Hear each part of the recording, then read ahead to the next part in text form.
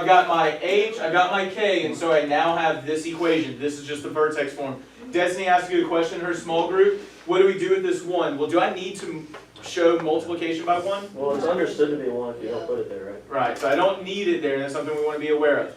Questions up to this vertex form. I know not all of us did that, but I know some of us need practice with that vertex form.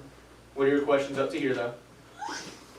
Oh, So you just do A to B divided by 2A And that gives how you get you your the x vertex. value of your vertex, right? That's what h is. The Okay, x so value that's of how your you get your vertex. vertex. That's also, don't forget, that means that my axis of symmetry would be x equals 1 as well. So that is a connection we want to make. Okay. If you have vertex form, all we're going to do from there is use inverses, right? So I get x minus 1 squared equals negative 1 now. X minus 1. Okay, so x minus 1 Equals I. is equal to positive or negative. And literally, don't forget, the square root of negative 1 is the number I. So I just rewrite it as so you I. do put plus or minus I when it's just like that? Huh? Okay, so you do put the plus or minus Yeah. I? Because remember, it's when you take the square root that you get the positive and negative. So I add 1. X equals 1 plus or minus I.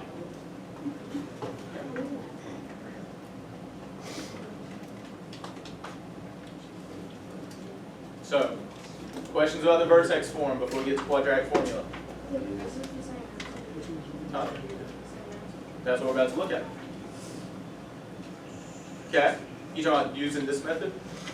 So I will point out, we're still solving the same equation, right?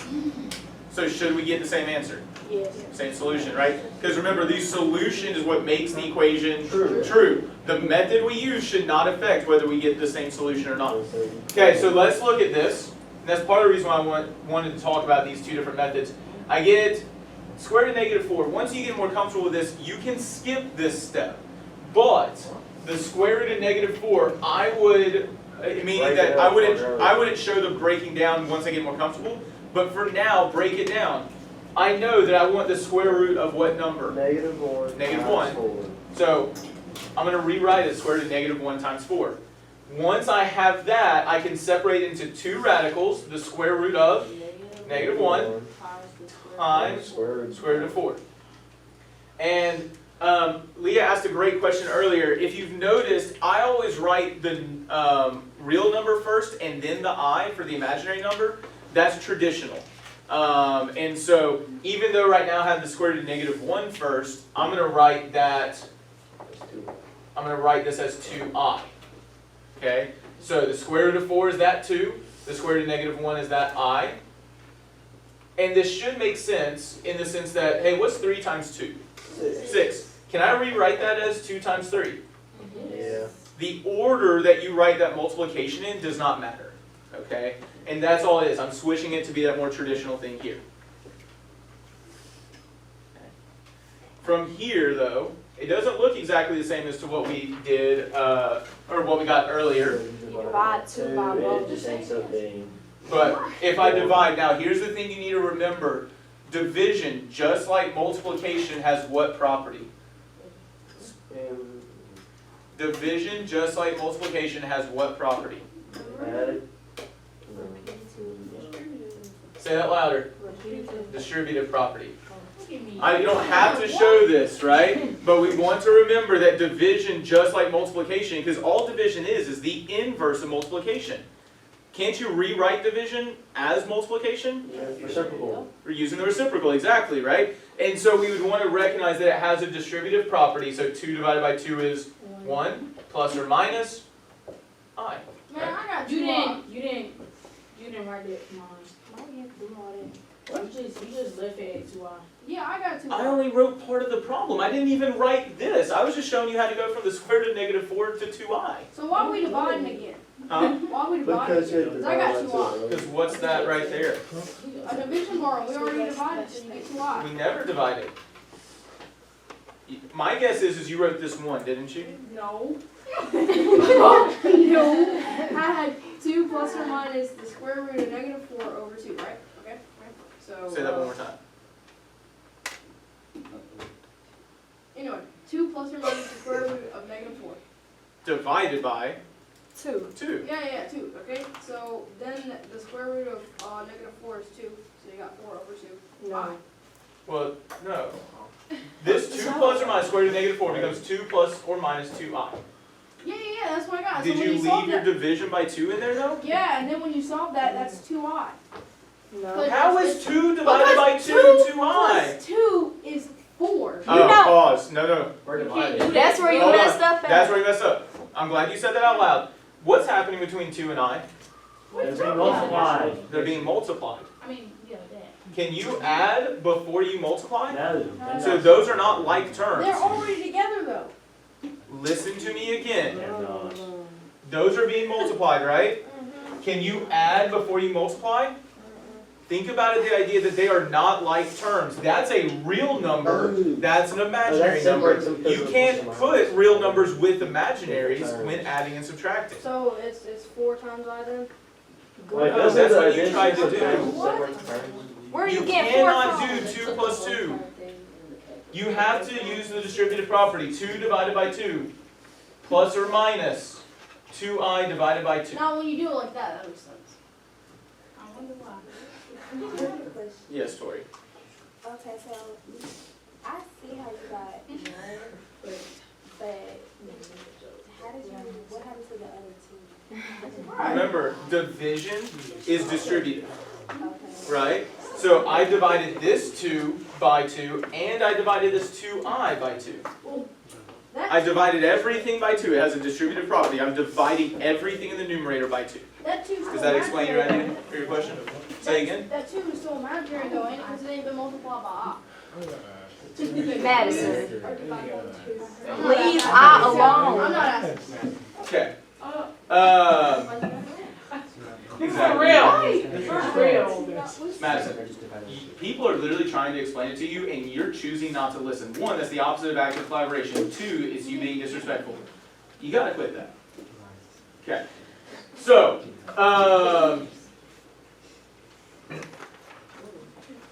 really quickly, I do want to look at this term right here is the discriminant. The thing underneath that radical over here, b squared minus 4ac, has a common name, and it's called the discriminant. And it says determine the discriminant. Okay, we already did that. -2 squared minus 4 times 1 times 2. What was that? The discriminant. B squared Oh, -4. Oh, okay. It was -4. is equal to -4. The reason why the book and a lot of times math teachers talk about the discriminant is that's what's underneath the square root, right? If I'm taking the square root of a negative, what do I immediately know about my solutions? It's going to be imaginary. It's going to be imaginary. You can make it more complicated than that, but if I'm taking the square root of a negative, the discriminant, I know I have imaginary roots. If I take the square root of a positive, I know I'm going to have real roots. That's all that it really means. So the discriminant just determines the answer. The discriminant right here is b squared minus 4ac. So That's what's underneath the So the radical, answer of the discriminant, whether positive or negative, determines whether it's real or imaginary roots. That's exactly right. That's all it is. I'll go ahead and tell you. I'm not going to test you on it. I'll go ahead and tell you that. But future math teachers may. But also, it is a quick way to determine if you're going to have real or imaginary roots. That's the big thing. So I'm not going to test you on it because it's not a huge deal. Because legitimately, when you simplified this, didn't you find out if you had real or imaginary? Yeah. Okay, so I'm not going to make it more complicated. You have to memorize one more thing. Okay. From all this, it says right here in number 6, use your answer to question 5, part C, to write the function in factored form. What is factored form again? A.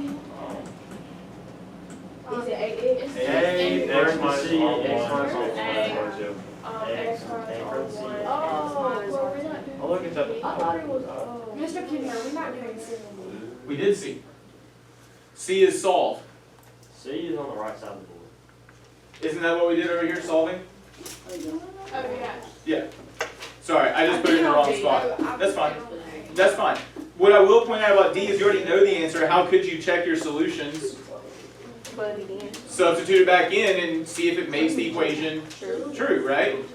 substitute that number back in and check to see if it makes the equation true. Okay, but we are moving to C or 6. Write that note down before we get to number 6. What we writing? Number 6. Or, sorry, on number 5D, you should make the note that you substitute your solution in to see if it makes the equation true. And you can do that in the calculator with your 1 plus I, and you would want to check your 1 minus I as well. Okay. Right, so this is at part C, x is equal to 1 plus or minus I. That's 5C. So what is A for this factored form? 1. 1, Yeah. parentheses, x minus, what's our 1 going to be?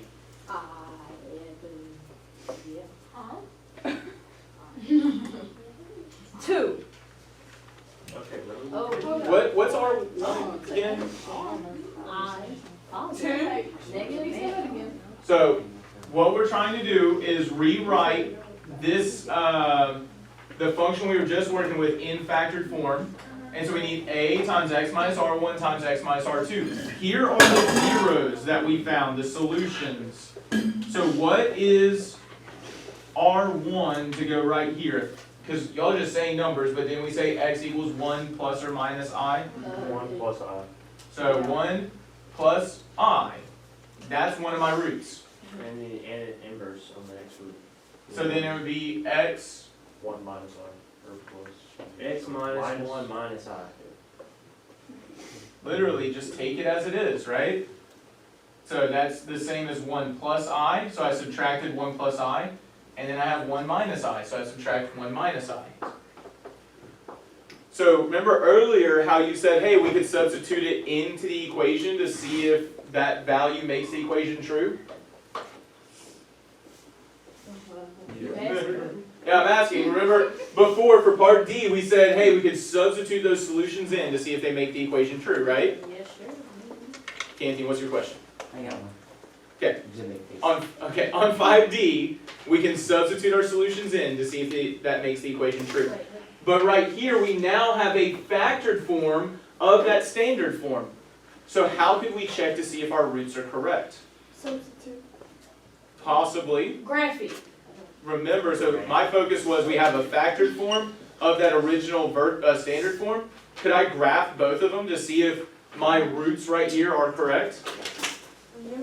If they are the same function, what should I see? That they're what? That should map onto the They should map on. Oh. That's equivalent, right? That they map on. Okay, I'm going to quickly do this on the board just to check it. And then you're going to work within your small groups to do those 3 practice problems. So graphs. What was the original equation? X squared minus 2x plus 2? Yeah. Okay. And now I'm going to do x minus, I think it was 1 plus I. This is weird. Don't forget, y'all, I need y'all to chill out. Don't forget to go to I, you got to hit the pi button first. And then I need x minus 1 minus I. And again, if my roots are correct, the graphs should what? Sit on each other. Map to each other. Do they map? Yeah, that map. So were my zeros, my roots, my solutions correct? Yes. So this is another way to check yourself that you can graph the factored form, because once you have roots, you can write the factored form. Yes, ma'am? How did you get that? Get what? That factored form? Okay. So that's a good question. So this is the last detail, and then I'm going to have you work on your small groups to complete the 3 practice problems, and we'll just have to pick up with the next module tomorrow. But remember, x is equal to 1 plus or minus I, right?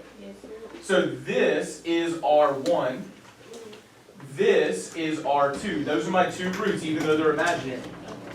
And so, because I know now what my roots are, I just do x minus R1. There's my R1. This is factored form. Here's x minus R2. You never could have written factored form off of x-intercepts, but once you solve the equation, you have your roots, and so I just did minus and I put the 1 plus I inside of parentheses. I put the 1 minus I inside of parentheses because I'm subtracting that entire root. Does that make sense? But that's just my entire R1 and that's my entire R2. So why do you need So remember with factored form we got parentheses here around x minus R1. So I'm showing that I'm grouping R1 together because it's a binomial. That's it. So it's also showing that I'm subtracting this entire thing. And I'm subtracting this entire thing. So I have parentheses around the entire factor, and then I have a set of parentheses around my root. To group that root together. Does that make sense? So hey, here's another thing to keep in mind. If you ever substitute anything in, a good rule is to put parentheses around it, right? So even over here, I didn't need these parentheses, but because I substituted that 1 in, I put parentheses around it when I squared. 2 times 1. So when you substitute in, it's a good rule because it'll help make sure you don't make mistakes. Put parentheses around when you're substituting in. Does that help me? Okay. All right. I want you to work within your small groups to tackle these 3 problems. We will go over in the last 5 minutes of class. But it says use any method to determine the zeros of each function. This is a set of equations in the imaginary numbers, but I'm going to tell you, I don't remember off the top of my head if all numbers are imaginary. If you have some real roots, you could factor. So I would check each method. A lot of us struggled on that in the understanding check. Actively collaborate to decide one method to use on each equation. So I don't care which method you use, but you need to actively collaborate to determine one method to use. What are your questions about, excuse me, I haven't finished. What are your questions about instructions for this number 8? That's all we're doing. You're solving these 3 equations, yes ma'am? Alright, let's get to work. First off, before I answer that question, have you asked your group? I heard this. I mean, it looks like she's doing exactly the same thing. I was trying to see.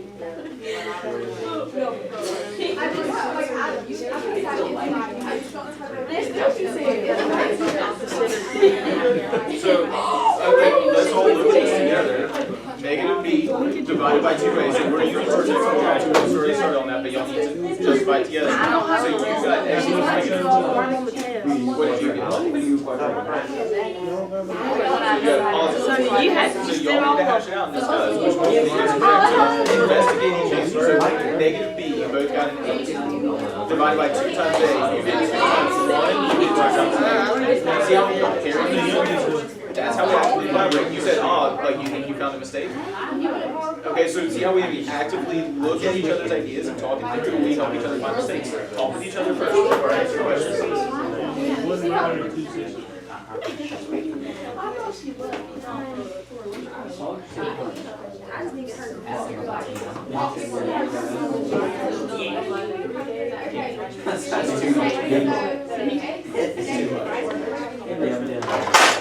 so once y'all get that step done, check with each other, make sure you all have similar answers. And if you have different answers, you need to hash it out, figure out who has it correct.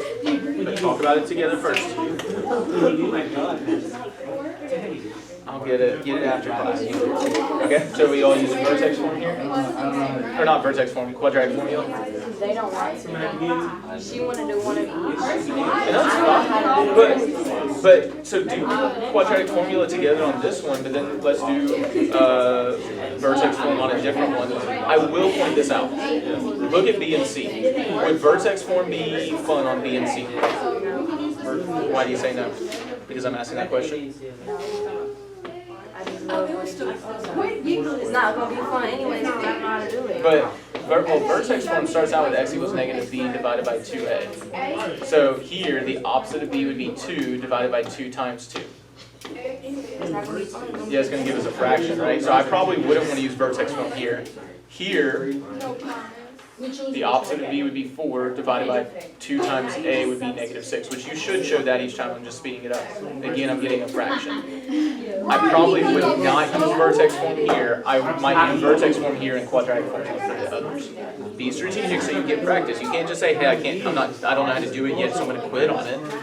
work together to help each other figure out how to do vertex form here.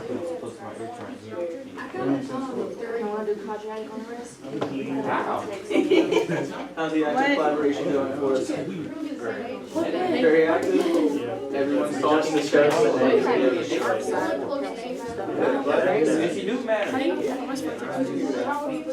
I'm not saying How you want it when you don't even know the I didn't say I wouldn't do it. Yes, you did. Looks like you're working through it well. So one thing I'll point out, like once you get to the square root of negative 30, I would just do square root of negative 1 times 30, which would be, and I would just leave it as I times the square root of 30. 30 is not a perfect square, so I'm just going to leave it like that. So what you would have is that negative 4 plus or minus I squared. Right. That's it. Yeah, you're done. Don't you know what x is equal to? Oh, you're trying to substitute that in the equation? Okay, so here's the issue though. Do you know where squared is? Aren't you? Isn't it? It's a negative x squared. So we can parentheses around this. It's squared. And it's negative. But I will put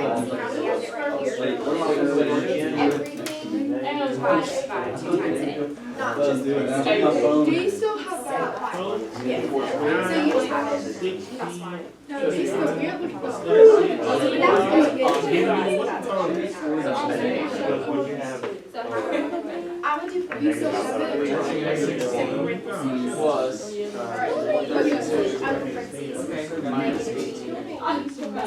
Oh, that's supposed to be a negative 2, guys. Not the lead. I got negative 34 for my kid, so.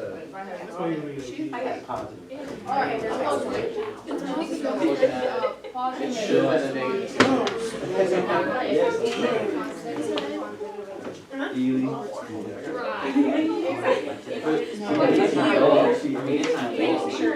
Why'd you put a negative 8? Oh, never mind. Didn't you say it was negative 8?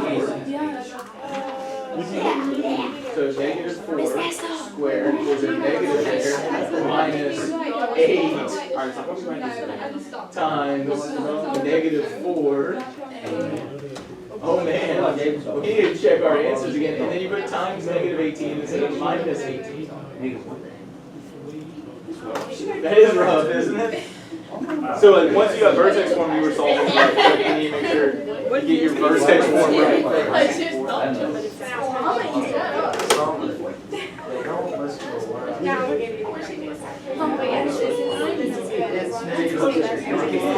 It's not like you had the ideas wrong, you just put it in the calculator way wrong.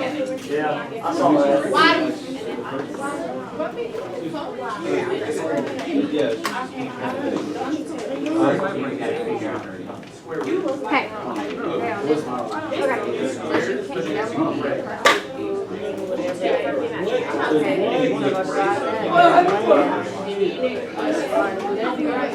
Just make it everything, not just your first term. So, right now, in 1/2 with this negative 48 should also be for square root of negative 48.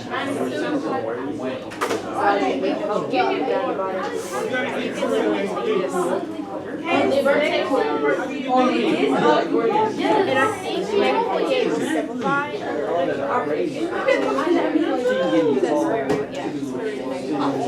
Where did that come from? I don't know. I've been trying to figure that out. You could do that. How did you do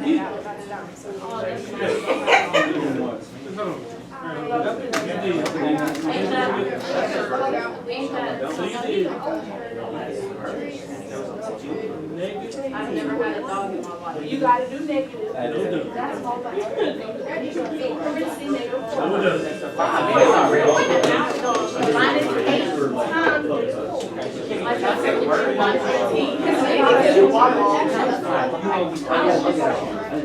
don't want that bean either. Of course you are. Shih Tzus and Chihuahuas are little aggressive. They're really sitting close to the ground. See, you got it too. The lighter you got.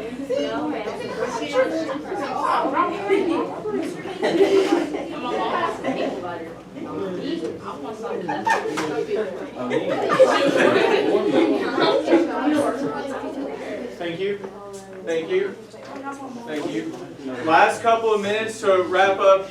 I wouldn't write out the complete answers for these as we go through them because you probably need a little bit of practice with them. But I have set them up. I will first off point out, notice on B and C, did I use vertex form?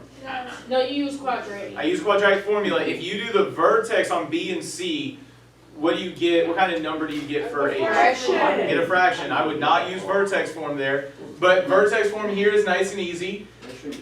Set up for that vertex form. What are your questions? What you use for number 8? Vertex quadratic. Vertex. 8A. I haven't solved it yet. I just set it up using vertex form. And there's the answer you got. No, I haven't solved it. I haven't said x equals.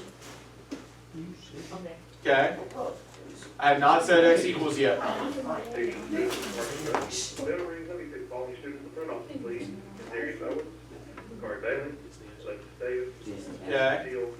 Lee Dolan, Roger Gardner, Thomas Crummy, Jordan Van Zandt, Toby Birch, Timothy Scott, Cameron Wilson, Darius Taylor, Matthew Barger, Marcus Webb, Warren Jones, Kevin Muirhead. Thank you.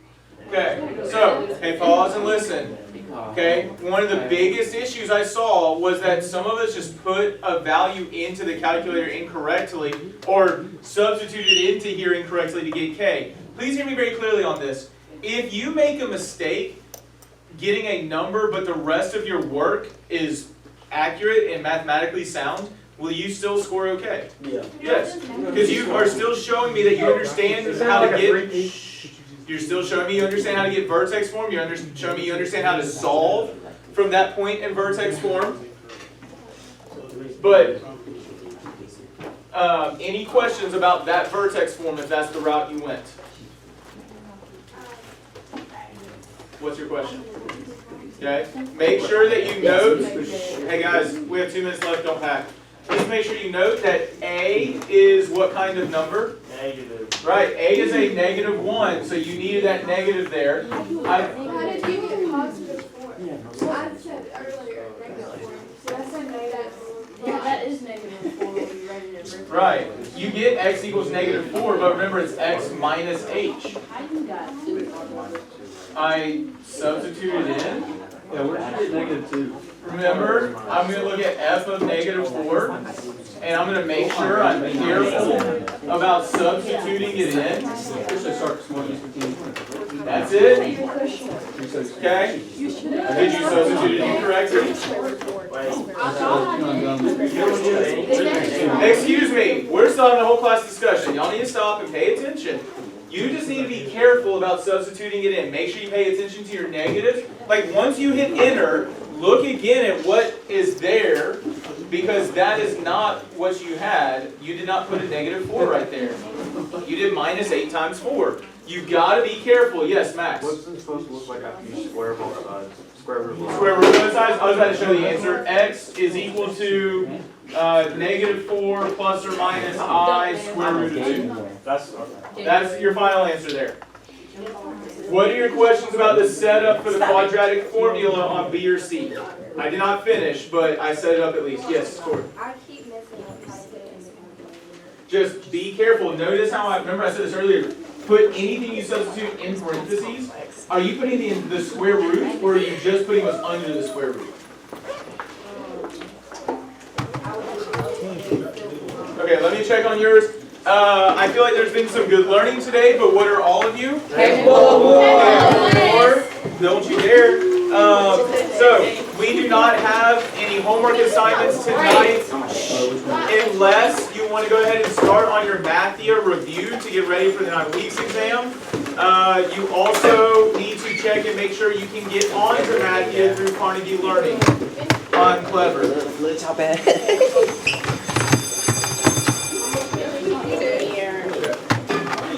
Yeah.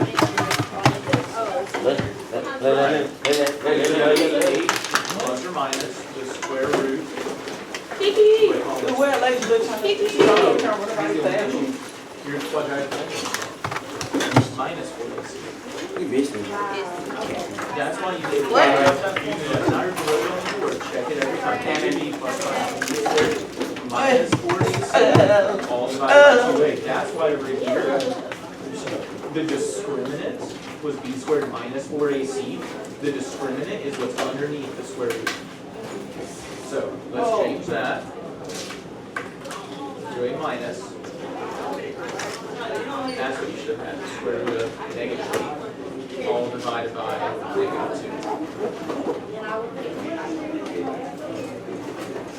I would just leave it like this. It's okay to leave it there. You can simplify it more, but notice all I did was I took that square root of -8 is equal to the square root of -1 times the square root of 8, right? So that's I times the square root of 8. You can simplify it more, but that's all I'm going to ask is that you rewrite that square root of -1 as I.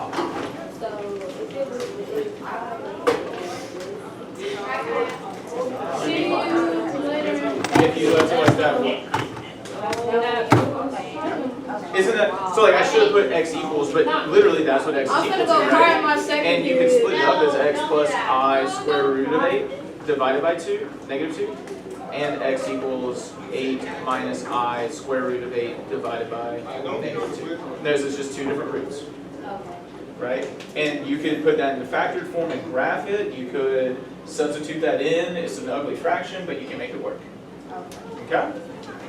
Yes, ma'am. Thank you too, Miss Esther.